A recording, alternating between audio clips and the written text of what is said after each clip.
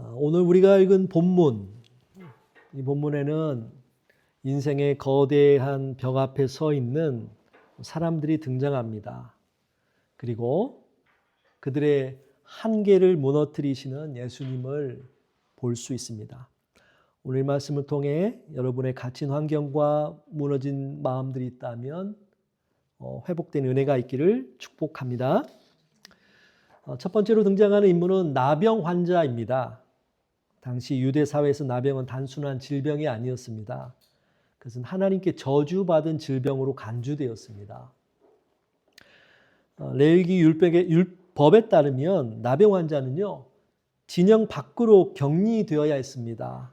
누군가가 다가오면 부정하다, 부정하다 외쳐서 사람들이 자신에게 다가오지 못하도록 피하게 그렇게 해야 했습니다. 왜냐하면 이와 접촉하는 사람도 동일하게 부정한 사람으로 간주했기 때문입니다. 그래서 가족들을 사랑해도 가족들을 만질 수 없고, 성전에 가서 예배를 드리고 싶어도 예배를 드릴 수 없는, 철저히 사회적으로 영적으로 고립된 존재를 살았던 사람들이 문둥병자들이었습니다. 한센인이라고도 할 수 있겠죠, 오늘날로. 그러다 보니까 허락 없이 만약에 공동체 안에 들어갔다, 성 안에 들어갔다, 그렇다면 그 사람은 돌에 맞아 죽기까지 하였던 그런 존재가 바로 문둥병자였습니다. 인생에도 이런 나병 같은 환경이 있습니다. 마음은 자유롭게 세상을 향하게 나아가고 싶고 멋지게 재기하고 싶지만 나를 둘러싼 경제적 상황, 주변의 선입견, 한번 낙인 찍힌 실패의 그런 굴레가 격리를 시킵니다. 그래서 나는 안 돼, 환경이 이래서 할 수 없으라며 스스로를 가두게 합니다. 그럼에도 오늘 본문에 나병 환자는 어떻게 행동합니까? 예수님께 나아와 고백합니다. 주여, 원하시면 저를 깨끗하게 하실 수 있나이다. 2절 말씀이죠. 주여, 원하시면 저를 깨끗하게 하실 수 있나이다. 그는 환경을 탓하기보다 예수님께 간절히 의지를 구했습니다. 주님이 원하시면. 주님이 하실 수 있는, 능력이 있는 분이라는 것을 인정하고 주님이 원하신다면 가능하다라는 것을 그는 고백합니다. 예수님은 당시에 금기를 깨고 문둥병자인 그에게 손을 내밀어 대시며 말씀하시죠. 그냥 말씀으로만 한 게 아니고 손을 내밀어 만지신 거예요. 문둥병자. 부정하다고 일컬어졌고 본인도 만지면 부정해진다고 당시 사회적으로 보았고 격리되어야 했는데 예수님께서 만지신 거예요.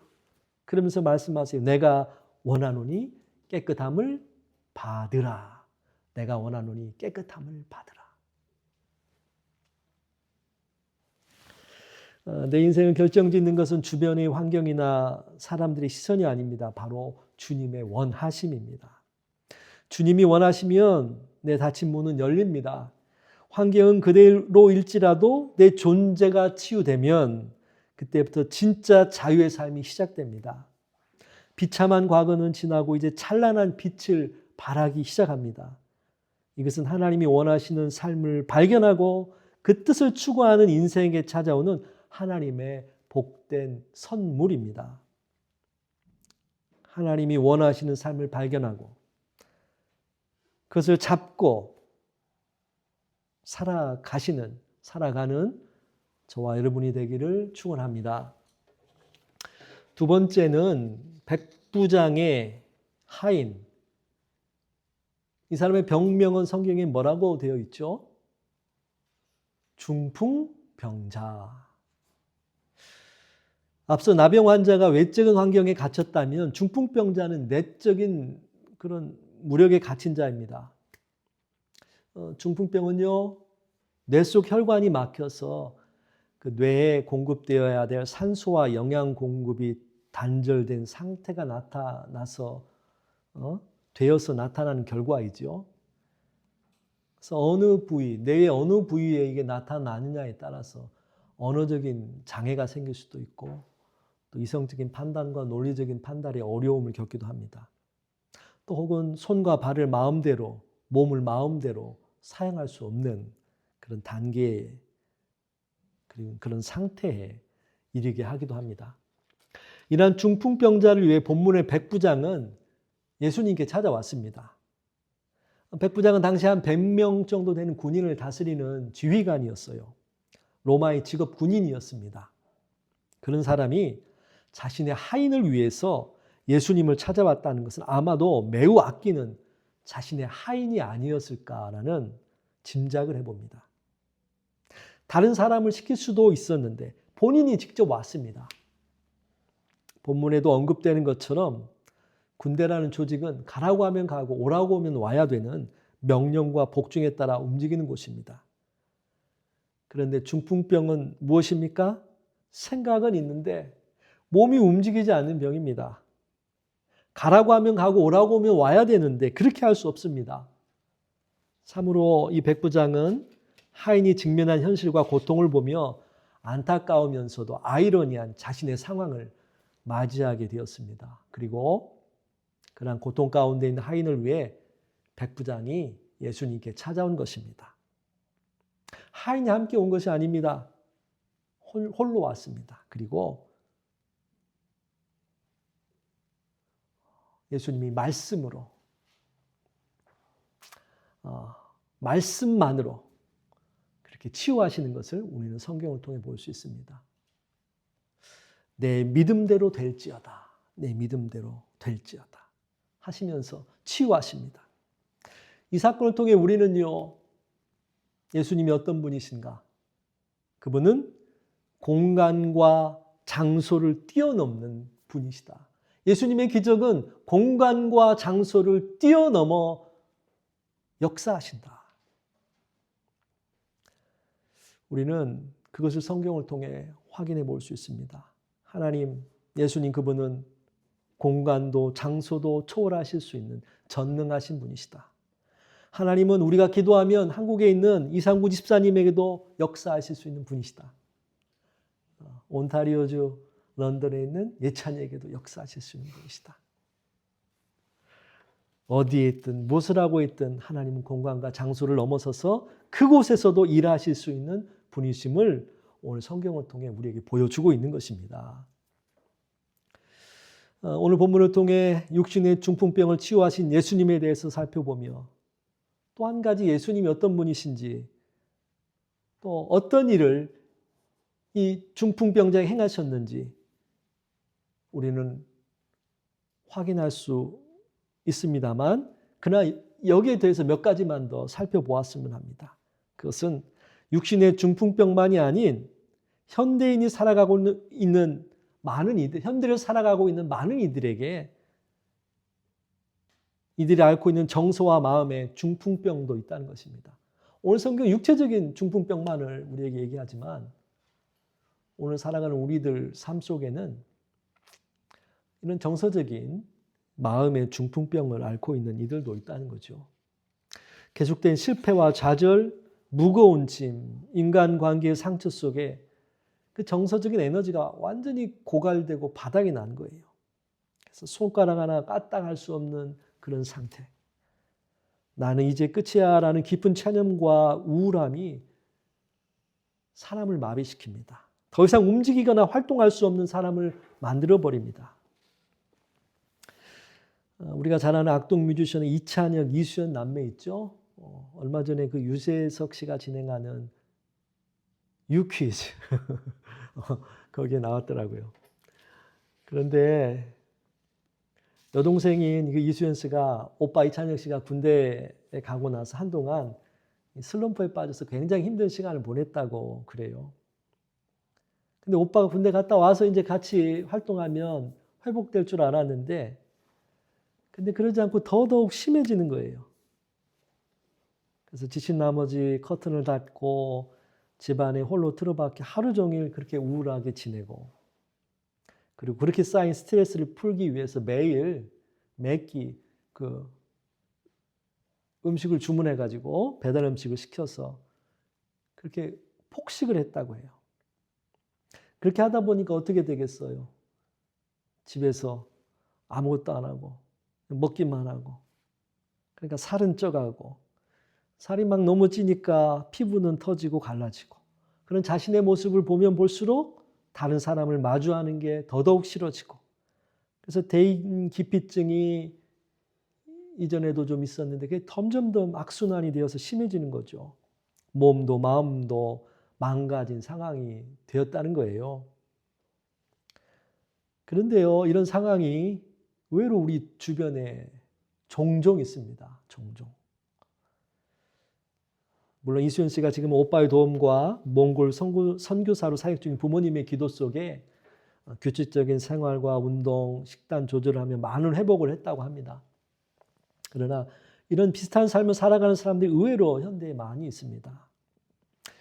의욕이 없습니다. 간신히 무언가를 해야 한다는 마음과 생각이 있어도 행동하며 움직이지 못합니다.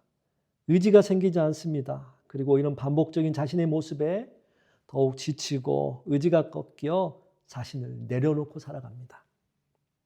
이러한 모습을 잠시라도 탈출하기 위해, 즐거움을 잠시라도 맛보기 위해서 잘못된 것을 반복해서 선택합니다. 그리고 중독이 됩니다. 우리는 믿습니다. 하나님이 우리의 몸뿐만 아니라 우리의 정서적인 또 우리의 마음도 치유하실 수 있는 분이라는 사실을 말입니다. 생각은 있는데, 계획은 하는데 행동하지 못하고 괴로워하는 인생을 살고 있다. 생각 속에만 갇혀 있고 행동하지 못해서 고통과 깊은 낙심 속에 있는 삶. 솔직히 인생을 살면서 이러한 경험을 하기도 합니다. 할 수도 있습니다. 그런데 그런 우리에게 오늘 본문은 희망을 줍니다. 예수님은 이런 자의 삶도 회복시키실 수 있는 분이라는 것입니다. 육신의 건강의 문제뿐 아니라 삶에 지쳐 우울에 사로잡히고 계속된 실패 속에 좌절하며 이제 아무것도 하지 못하는 깊은 체념 속에 있는 사람도 나는 아무것도 할 수 없어라고 말하며 아무런 꿈도 소망도 없이 무기력하게 살아가는 사람도 예수님은 회복의 은혜를 베푸실 수 있는 분입니다. 따라서 인생의 실패와 좌절의 순간, 정서적 에너지 고갈과 탈진의 순간이 찾아온다면 우리가 잊지 말아야 할 것은 예수님이 계신다는 것.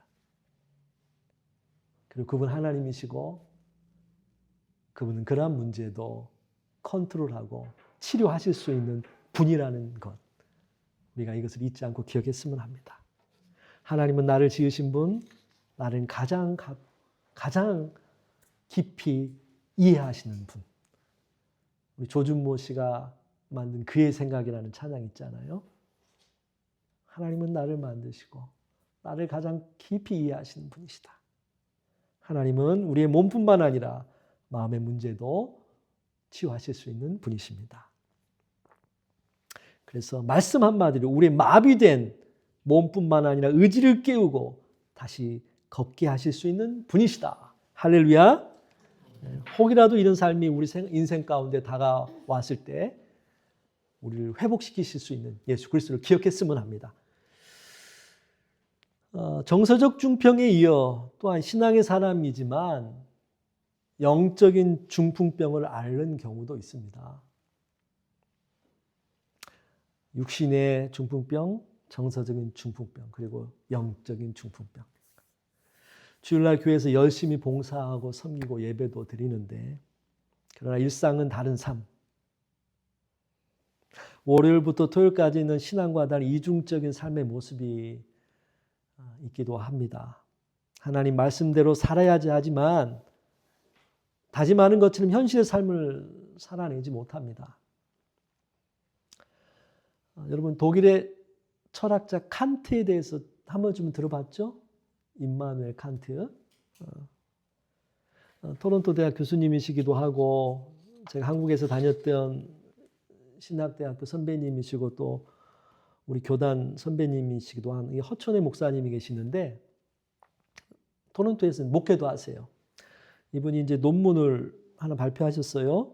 작년에 제 철학 수업을 이분 수업을 인터넷으로 한 과목 들었는데요.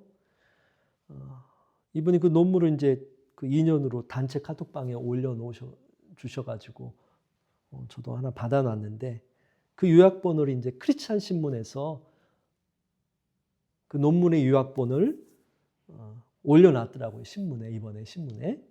지면 관계상 이제 편집이 조금 아쉬운 부분이 있긴 했지만 여러분들도 확인하실 수 있습니다.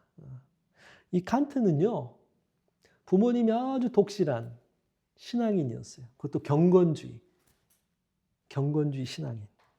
이 경건주의 부모님 밑에 자랐는데요. 당시 경건주의라 하면 형식적인 종교에 머물러 있는 그런 교회를 향해서 무언가 새로운 개혁을 원하면서 성경 공부와 더불어 신앙적인 체험을 강조하였던 그런 운동이었습니다. 삶 속에서 성화를 강조한 그런 운동이었어요.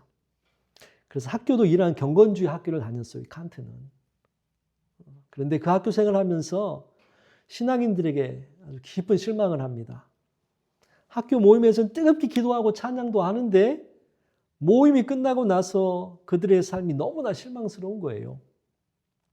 이율배반적이라고 할 수도 있고 이중적이라고도 할 수 있죠. 그래서 이 10대 시절에 칸트는 그들을 혐오하기까지 합니다.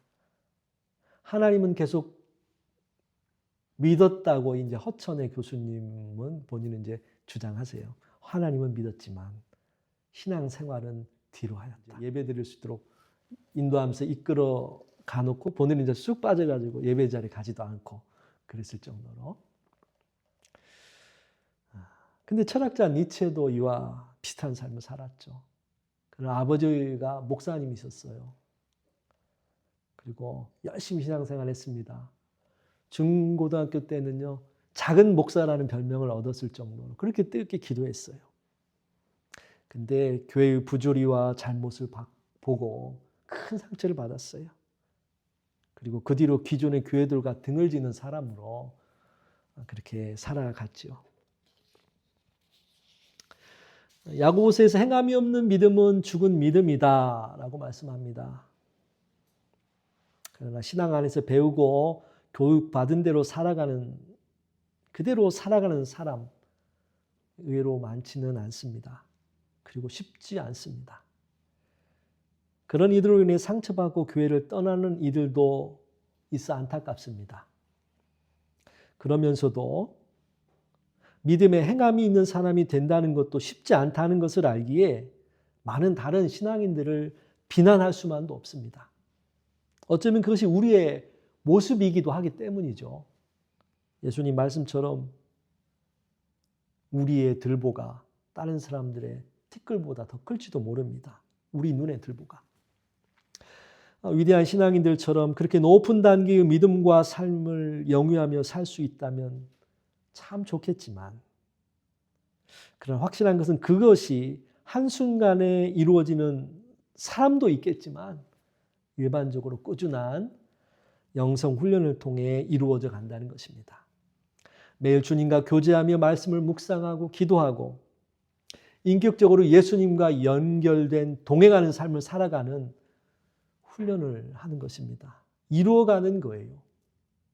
중생의 단계에서 성화의 단계로, 성화의 단계에서 영화의 단계로 이 땅을 살아가며 이루어가는 것. 감리교회 창시자라 할 수 있는 요한 웨슬리는 이렇게 말했어요. 완전한 성화, 즉 성결은 우리가 죽을 때 경험한다. 죽을 때. 신앙에도 훈련과 과정이 필요합니다.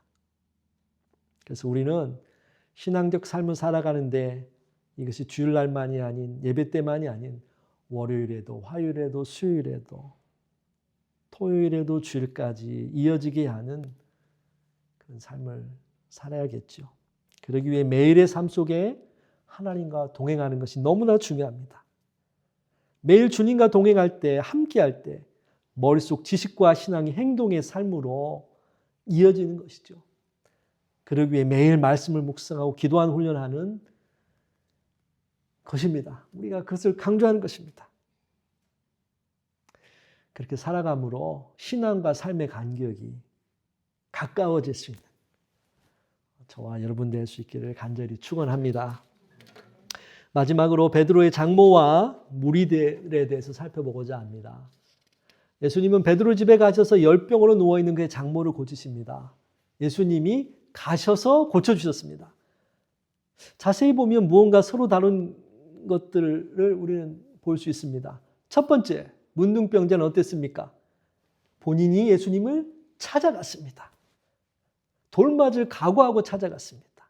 나아갔습니다. 그때 인생의 회복을 경험하게 하셨습니다.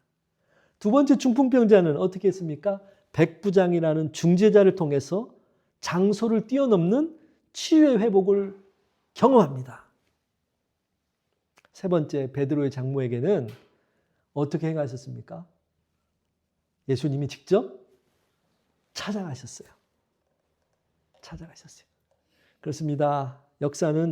하나님의 역사는 천편일률적이지 않습니다. 1 더하기 1은 2, 딱 못 박아놓고 하나님이 이런 분이다. 딱 이렇게만 역사한다. 말할 수 없는 거예요. 창조의 하나님은 창조적인 방법으로 다양하게 역사하실 수 있는 분이십니다. 사람에 따라, 시간에 따라, 장소에 따라, 상황과 환경에 따라, 사람의 성격과 기질에 따라 우리의 생각을 뛰어넘어서 역사하시는 분이 하나님이십니다.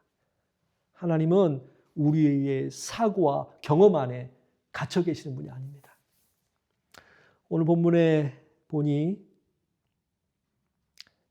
이 베드로의 장모를 고치신 예수님은 자신에게 찾아온 수많은 병자와 귀신 들린 자들도 다 고쳐주셨다는 것을 우리는 본문을 통해 확인해 볼 수 있습니다. 17절은 이 모든 치유의 이유를 이렇게 설명합니다. 우리의 연약한 것을 친히 담당하시고 병을 짊어지셨도다. 우리 연약한 것을 친히 담당하시고 병을 짊어지셨도다. 우리가 육체적으로 정신적으로 연약해질 때 악한 영은 그 틈을 타서 우리를 사로잡으려 합니다. 그런 악한 영을 예수님이 쫓아내 주셨습니다. 쫓아내셨습니다. 육신의 병을 그리고 고쳐주셨습니다. 16절 우리 한번 찾으실 수 있으면 같이 한번 읽어볼까요? 16절입니다. 8장 16절 같이 한번 읽어볼까요? 시작! 저물매 사람들이 귀신 들린 자를 많이 데리고 예수께 오거늘 예수께서 말씀으로 귀신들을 쫓아내시고 병든 자들을 다 고치시니 말씀으로 귀신들을 쫓아내셨습니다. 말씀으로 병든 자들을 고치셨습니다. 이 하나님이 말씀으로 나의 삶도 고쳐주실 수 있는 분이심을 믿습니다. 하나님 말씀에 능력이 있음을 믿습니다. 이사야서 53장 5절 보니까 그가 찔림은 우리의 허물 때문이요 그가 상함은 우리의 죄악 때문이라 그가 징계를 받음으로 우리는 평안을 누리고 그가 채찍에 맞음으로 우리는 나음을 받았도다 말씀합니다. 예수님을 통해 많은 사람들이 회복되었습니다. 질병으로부터 귀신으로부터 자유케 되었습니다. 물론 이렇게 병으로부터 고침받은 사람들도 나중에 어떻게 되었을까요? 시간이 지나고 나서 다들 늙어서 죽었습니다. 이 사람들도. 이것은 신앙적인 신비한 신유의 능력을 하나님의 놀라운 그런 기적을 이 땅에서 체험한다 해도 우리는 언젠가는 죽을 수밖에 없는 존재라는 것을 기억하게 합니다. 우리는 죽습니다. 하지만 그러한 과정들, 예수님이 살아계신 하나님 온유의 창조주이심을 보여주셨던 치유와 능력의 기적들을 통해서 이들은 인간의 한계를 넘어 회복해 하신 하나님을 경험할 수 있었던 것입니다. 남의 이야기로만 듣기만 했던 신앙이 나의 체험으로 한 단계 업그레이드. 우리 게임할 때 어떻게 된다고요? 레벨업. 레벨업 되는 거죠. 이러한 모습을 본 주변의 사람들까지도 그리고 영향을 받게 되는 거죠. 그것을 보고 믿고 고백하고 따르게 되는 거죠. 저는 이러한 기적과 하나님의 역사하심이 오늘날도 얼마든지 일어날 수 있다고 믿습니다. 그리고 그러한 경험을 우리의 삶 속에서도 직접적으로 개인적으로 우리가 할 수 있는 은혜가 있기를 축원합니다. 사랑하는 성도 여러분, 오늘 본문의 예수님을 보십시오. 환경에 갇힌 자에게 손을 대시고 몸과 마음이 마비된 자에게 말씀의 권세를 선포하시며 열병에 신음하는 자의 머리맡에 찾아오시는 분입니다. 연약한 자의 삶을 회복시키시는 분이십니다. 따라서 우리 인생의 무게가 무거워질수록 우리가 바라보아야 할 곳은 우리의 지갑이 아니라, 우리의 건강 상태가 아니라, 잠시 쾌락을 주는 곳이 아니라 바로 예수 그리스도이어야 합니다. 주님이 원하시면 내 인생이 새로워질 수 있습니다. 나의 연약함을 주님께 맡깁니다. 이 고백, 주님이 원하시면 내 인생도 새로워질 수 있습니다. 내 인생을 주님께 맡깁니다. 내 연약함을 주님께 맡깁니다. 이 고백과 함께 주님이 주시는 새 힘으로 우리의 인생을 감사와 기쁨으로 다시금 달려갈 수 있는 저와 여러분, 그리고 이 영상을 들으시는 우리 모두가 되기를 간절히 축원합니다. 기도하겠습니다.